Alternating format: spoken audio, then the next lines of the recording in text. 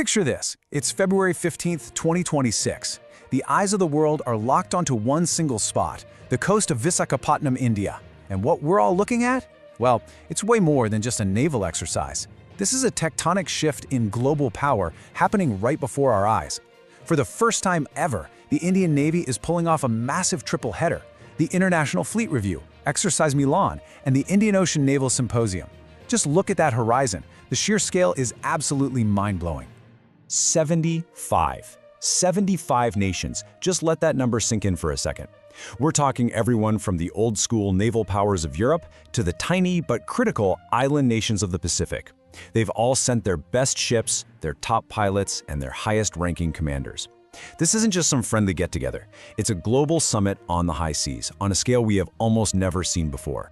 And out there in the Bay of Bengal, you've got a fleet of more than 60 of the planet's most advanced warships.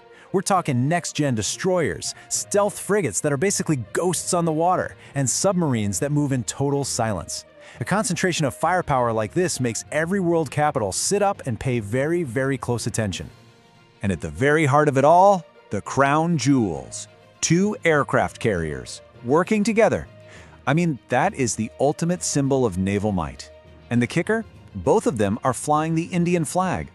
This right here is India announcing to the world that it's officially a builder's navy. Okay, so this is where the plot really thickens. If you look closely, you'll see the stars and stripes flying proudly on a US destroyer. But then, just a few miles away, you'll see the Russian flag on one of their frigates. Now, pretty much anywhere else on Earth, those two ships would be adversaries, tracking each other's every move. But here, they're part of the same team. So what in the world is going on? How did India become the one place on Earth where rivals come to play nice? You know, to really wrap your head around what Milan 2026 means, we've got to hit the rewind button. This massive show of force didn't just pop up overnight. It actually started out, well, pretty small. It all began way back in 1995. India was just starting its Look East policy, and it invited just 4 countries, Indonesia, Singapore, Sri Lanka, and Thailand, out to the remote Andaman and Nicobar Islands. It was a pretty low-key affair, really, just about building some camaraderie. For years, it grew nice and steady, but then the world started to change, fast. Jump to 2022, right after the pandemic, and suddenly 42 nations are there. By 2024, it's 47, and now it has absolutely exploded to 75. And you should stay till the end, because some shocking things I am going to reveal in this explainer. Let's get back to it. So this isn't just growth, it's a rocket ship. The big question is, why? And the answer, my friends, is all about location, location, location. The Indian Ocean might be the 3rd largest, but you could argue it's the single most important commercial waterway on the planet. Think about it. Over 80% of the world's oil trade sails right through here. For a long time, nobody paid it much attention. But then China rolled out its string of pearls strategy, basically a network of ports and bases to surround India and flex its muscle across the region. India knew it had to do something, but its answer wasn't just to build more ships, it was to build more friendships. And just like that, Milan went from a friendly handshake to a central piece of India's grand strategy. But here's the twist. If you really want to understand the power of Milan 2026, don't just look at who's in the water. You have to look at who was very deliberately told to stay home. See, that's the thing.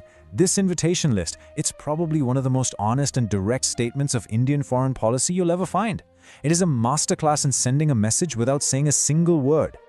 So let's look at who didn't get an invite. First up, no surprise here, China. After years of border disputes, what some people call salami slicing, and Chinese spy ships constantly snooping around, India has finally put its foot down. The message couldn't be clearer. Disrespect our borders and you don't get a seat at the table. Simple as that. Next, Pakistan. That's been the policy for a while, but it's even more solid now. But the one that really got people talking this year is Turkey. They used to come to these things, so why the cold shoulder all of a sudden? Well, it turns out Turkey was openly supplying military hardware, specifically advanced drones, to Pakistan. And India is sending a very clear signal. If you arm our adversaries, there will be consequences. And this just perfectly highlights the unique game India is playing. On one hand, it's drawing these really firm lines in the sand. But on the other, it's become this incredible diplomatic bridge for the rest of the world. I mean, just think about it. The US and Russia are on opposite sides of a horrific war in Ukraine. Anywhere else, their navies are in a state of high tension. But here in Visakhapatnam, they're running search and rescue drills together. The experts call this strategic autonomy. It's a fancy way of saying India refuses to be boxed into one camp. By staying independent, India becomes this neutral ground where even bitter rivals can find a reason to talk.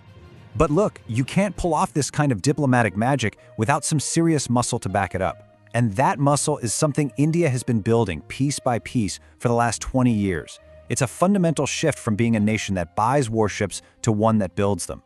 You see, for most of its life, the Indian Navy was a buyer's navy. It bought its ships from Russia, from Britain, from France. But that's risky, right? You're totally dependent on other countries. You're vulnerable to sanctions, to supply chain problems. A builder's navy, on the other hand, designs and builds its own ships, its own submarines, its own weapons. It is, in essence, a declaration of independence. And India is now, without a doubt, a member of that very exclusive club. And the crown jewel of this new self-reliance is the INS Vikrant. We're talking 262 meters of pure, homegrown Indian steel, standing 18 stories high with a crew of 1,600. And in Milan, it's sailing side by side with the INS Vikrant. Look, having one aircraft carrier makes you a serious player. But having two, and building one of them all by yourself, that's a message. That gives you sea control, the ability to project your power way, way beyond your own coastline. And it's not just the carriers, it's the whole package. The Visakhapatnam class destroyers, the Nilgiri class stealth frigates, the BrahMos cruise missiles, even futuristic drone swarms. It's all made in India. These foreign navies, they're not just here for drills, they're here to go shopping. But let's be really clear about something. Milan 2026 is not just some fancy diplomatic cocktail party or an arms bazaar. After all the handshakes and ceremonies in the harbor are done, the real work begins out at sea. And this is nothing less than a full-dress rehearsal for the wars of tomorrow. The big buzzword they're all using is multi-domain synergy. Yeah, I know, it sounds super complicated, but it really just boils down to practicing for three very specific, very real modern threats. First, hunting submarines. With Chinese nuclear subs creeping around the Indian Ocean more and more, they're practicing how to find them and track them from the air. Second, drone defense. We've all seen in the Red Sea in Ukraine how cheap drones can take out billion-dollar ships. So for the first time, they're running a drill where ships have to defend against a swarm of more than 50 drones attacking all at once. And third, electronic warfare. Because in the next war, the first shot fired won't be a missile, it'll be a signal jammer. They're testing how to fight when your GPS is gone, your radio is dead, and your radar is blind.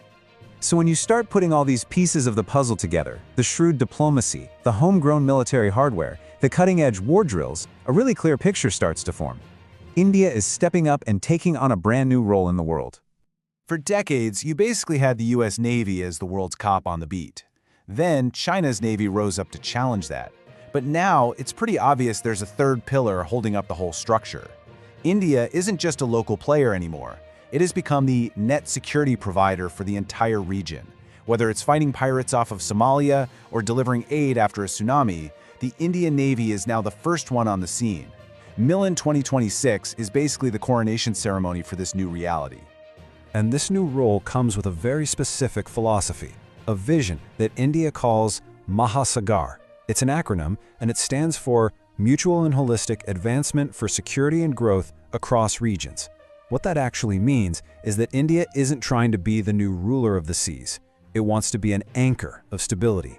It's a whole different playbook, one that's all about shared security and everyone growing together, which is a stark contrast to the power plays we see from other nations. The fact that 75 nations showed up to Visakhapatnam is a massive vote of confidence. It's a global admission that the path to a stable world runs right through the Indian Ocean, and that path is now being guarded by the Indian Navy. But that leaves us with the ultimate question. Is this all just a big show, or is India really truly ready to become the most important power in the Indo-Pacific? That's the question on everyone's mind. And honestly, the real answers to that question are going to come from these very exercises. To see how it all plays out and what it means for the future, make sure you subscribe to the channel for our latest updates. We'll be breaking it all down for you. Thanks for watching.